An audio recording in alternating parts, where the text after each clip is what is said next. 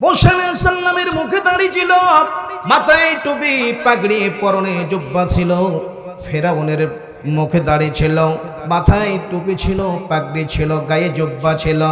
এই জন্য আল্লাহ রব্বুল আলামিন তাকে ধ্বংস করেন নাই। তিন নাম্বার তার একটা ইয়াতিমখানা ছিল। সমস্ত গরিব দরিদ্র অসহায় লোকগুলোকে ফেরাউন খাবার দিত, মানুষকে খাবার দিত। খাবার দেওয়াটা আল্লাহর কাছে সবচেয়ে প্রিয়। এই দুনিয়ার জমিনে অসহায় ব্যক্তিদেরকে খাবার দিত ফেরাউন, এই জন্য তাকে দুনিয়ায় ধ্বংস করেন নাই। তিন নাম্বার তার একজন বৃদ্ধা মা, চার নাম্বার একজন তার বৃদ্ধা মা ছিল, বুড়ো মা ছিল। ওই মার সেবা করত, মাকে গোসল করাতো, সাবান মাখায় দিত, পরিষ্কার করত, আর মার মুখে উঠাইয়া খাবার দিত। এই জন্য আল্লাহ রব্বুল আলামিন ফেরাউনকে ধ্বংস করেন নাই। ও কুলাঙ্গার সন্তান, মা এত সুন্দর মধুর জিনিস, মা কথাটি বলতে ভাই কত যে মধুর। মা বলে ডাকলে ভাই সব ব্যথা হয়ে যায় দূর, ঠিক না বেঠি?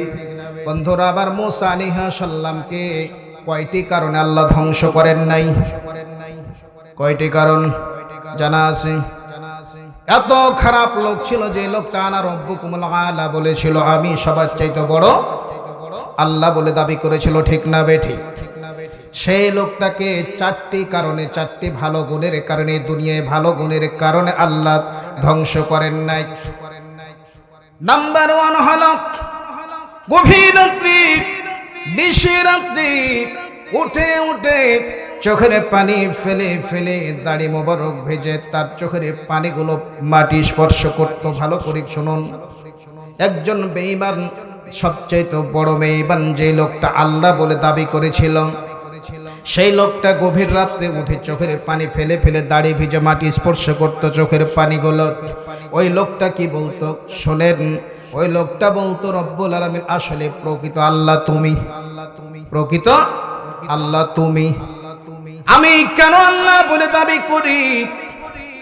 মানুষ আমাকে আল্লাহ বললে ভালো লাগে, একটু মনে তৃপ্তি পাই, শান্তি পাই। এই জন্য আমাকে মানুষের মাঝে আমি কি করি? আল্লাহ বলে দাবি করি। কিন্তু আসলেই তুমি আল্লাহ। এই যে গভীর রজনীতে কাঁদতো, চোখের পানি ঝরাতো, এই জন্য তাফসিরে এসেছে 1 নম্বর কারণ হলো চোখের পানি ঝরার কারণে একজন বেঈমানকেও আল্লাহ এই দুনিয়ায় ধ্বংস করেন নাই। আপনি আমি তো মুসলমানের দ্বারা কি বুঝছেন? তাহলে আমাদের চোখের পানি আল্লাহর কাছে কত প্রিয়, ঠিক না বেঠিক?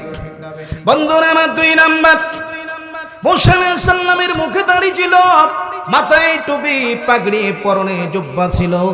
ফেরাউনের মুখে দাড়ি ছিল, মাথায় টুপি ছিল, পাগড়ি ছিল, গায়ে জুব্বা ছিল। এই জন্য আল্লাহ রব্বুল আলামিন তাকে ধ্বংস করেন নাই।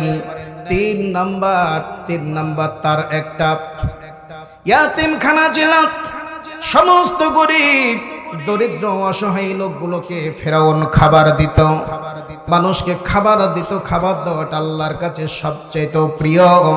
এই দুনিয়ার জমিনে অসহায় ব্যক্তিদেরকে খাবার দিত ফেরাউন, এই জন্য তাকে দুনিয়ায় ধ্বংস করেন নাই। 3 নাম্বার তার একজন বৃদ্ধা মা, 4 নাম্বার একজন তার বৃদ্ধা মা ছিল, বুড়ো মা ছিল। ওই মার সেবা করত, মাকে গোসল করাতো, সাবান মাখায় দিত, পরিষ্কার করত, আর মার মুখে উঠাইয়া খাবার দিত। এই জন্য আল্লাহ রব্বুল আলামিন ফেরাউনকে ধ্বংস করেন নাই। ও কুলাঙ্গার সন্তান, মা এত সুন্দর মধুর জিনিস, মা কথাটি বলতে ভাই কত যে মধুর। মা বলে ডাকলে ভাই সব ব্যথা হয়ে যায় দূর, ঠিক না বেঠি? আমরা গ্রাম্য ভাষায় একটা কথা বলি যে যার মা নাই তার গা নাই, কিছুই নাই। দেখবেন অনেক দরদি আছে, আমাকে অনেক ভালোবাসতো, আমার খালারা ভালোবাসতো। দেখবেন কেউ না কেউ স্বার্থের বিনিময়ে ভালোবাসবে, একমাত্র মা বিনা স্বার্থে ভালোবাসবে, ঠিক না বেঠিক? কোনো না কোনো স্বার্থ নিয়ে ভালোবাসবে। আমার এক খালা খুব ভালোবাসে, আমার মাকেও ভালোবাসে, আমাকেও ভালোবাসে। আমি বললাম, মা খালার মতলব কি বুঝতে পারছি? কইছে বেটা বুঝতে পারি না। আমি বললাম মা তোমার বোনের একটা মেয়ে আছে আমার সঙ্গে বিয়ে দেওয়ার কারণে ঘোষর মসর করতেছে, তার মতলব আছে না নাই? কিন্তু দেখবেন যে মা গর্ভধারিণী মা 10 মাস 10 দিন পেটে রাখলো, নিঃস্বার্থে, তার কোনো স্বার্থ নাই, ডেলিভারি হলো, বালতির বালতি শরীর থেকে রক্ত ঝরলো, মা সেন্সলেস হয়ে পড়লো। যখন চাঁদ মাখা মুখখানা দেখে চুমা দিয়ে বলে বাবারে তোমার জন্য, তোমার এই চাঁদ মুখখানা দেখার জন্য 10 মাস 10 দিন আমি ঘুমাইতে পারি নাই, খেতে পারি নাই। গভীর রজনীতে হিংস্র প্রাণীরা বাচ্চা নিয়ে ঘুমিয়ে গিয়েছে, অন্য মেয়েরা পুরুষেরা সবাই ঘুমিয়ে গিয়েছে, ছোট্ট ছোট্ট বাচ্চাগুলো ঘুমায় গিয়েছে।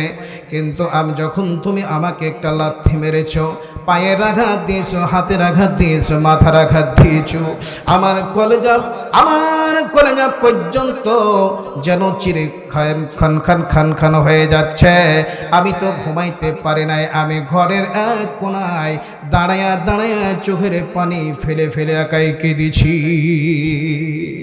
একমাত্র তোমার এই চাঁদ মুখখানা দেখার জন্য। বন্ধুরা আমার, সেই মাকে চিনতে পারো নাই। আল্লাহ রাব্বুল আলামিন বলে দিলেন পবিত্র কোরআনুল কারিমে সূরা যেন বনি ইসরাইলের মধ্যে 23 এবং 24 নম্বর আয়াতে, ওয়াকাদা রাব্বুকা আল্লা তা'বুদু ইল্লা ইয়্যাহু ওয়া বিল ওয়ালিদাইনি ইহসানা ইম্মা يبلغن عندك الكبر أحدهما أو كلاهما فلا تكن لهما أف ولا تنهرهما وقل لهما قولا كريما واخفض لهما جناح الذل من الرحمة وقل رب ارحمهما كما ربياني صغيرا। বলেন আল্লাহু আকবার। আল্লাহ রাব্বুল আলামিন বললেন তোমরা আমার ইবাদত করো, আমার দাসত্ব করো, আমার গোলামি করো, অবিল ওয়ালিদাইনি ইহসানা, তারপরে তোমরা তোমাদের পিতামাতার খিদমত করো। বলেন সুবহানাল্লাহ। তোমার পিতা অথবা মাতা তোমাদের জীবদ্দশায় যদি বার্ধক্য উপনীত হয়, তোমাদেরকে কোনো খাবার লাগে, অন্ন বস্ত্র চিকিৎসা বাসস্থান লাগে, কখনো খবরদার তোমরা ভুরুকুঞ্চিত করবে না, মাথা ঝাঁকি দিয়ে কথা বলবে না, চোখ রাঙায় কথা বলবে না। চোখ রাঙায় মাথা ঝাঁকি দিয়ে কথা বলা তো দূরের কথা, উফি উহ শব্দটা বলবে না। ওয়ালা তানহারহুমা ওয়া কুল লাহুমা কওলান কারিমা, মার্জিত ভাষায় কথা বলো, নম্র ভদ্রভাবে কথা বলো। ভাষাটা হবে মধুর মতো মিষ্টি আর তুলার মতো নরম, মধুর মতো মিষ্টি ভাষা যদি করতে পারো। বন্ধুরা মার কি করো, মা বাবার জন্য রহমতের বাহু বিছিয়ে দাও আর মা বাবার জন্য দোয়া করো।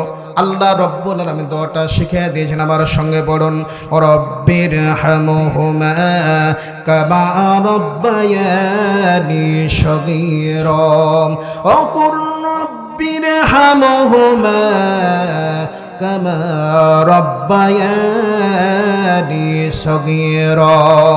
কোন